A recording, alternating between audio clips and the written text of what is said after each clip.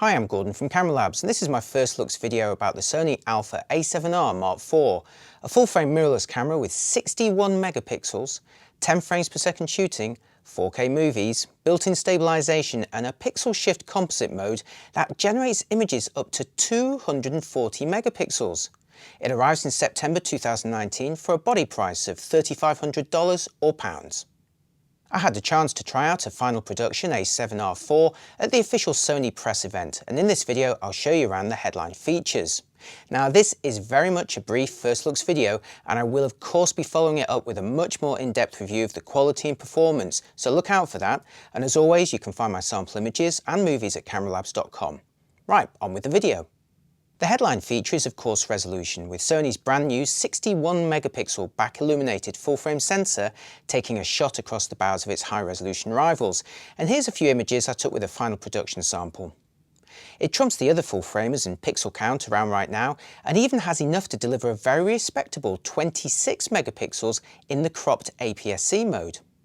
Sony's also claiming an impressive 15 stops of dynamic range, and I will of course be putting all of this to test in my final review.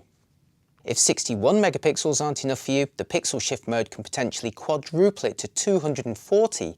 Pixel shift made its debut on the A7R Mark III, where it took 4 shots which were combined in software on your computer later to effectively eliminate the Bayer mosaic pattern and increase colour resolution.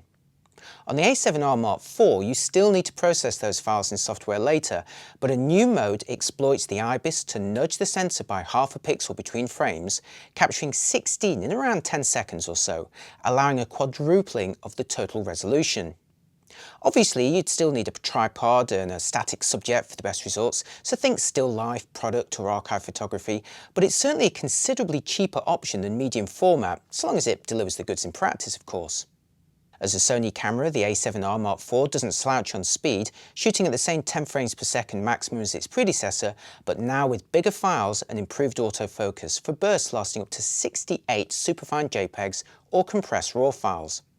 The new sensor sports a new autofocus array with 567 phase detect AF points embedded in a roughly square area that covers 99.7% of the vertical frame, that's pretty much all of it, and 74% horizontally. Switch to APS-C crop mode and you'll enjoy 324 points covering the entire frame. The AF system works at apertures down to f11, so you could say use that new 200-600 with a 1.4 converter, and also inherits the latest real-time tracking and real-time IAF for both humans and animals. Like other recent alphas with the technology, it'll confidently identify and track eyes from longer distances than most rivals too.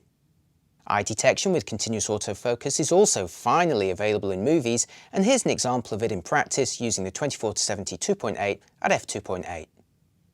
Video shooters can capture 4K at 24, 25 or 30p using the same full frame or Super 35 APS-C crops as before, and like its predecessor, the best results are in the Super 35 mode, where the camera oversamples from 6K's worth of data. There's also 1080p up to 60p, or in a high frame rate 120p mode with sound and autofocus that can be slowed by 4 times in a 30p timeline, as I'm doing here. Sadly, there's no 10-bit nor 4K at 60p, but at least there's improved autofocus, as well as a new multi-interface shoe which works with a new digital microphone accessory.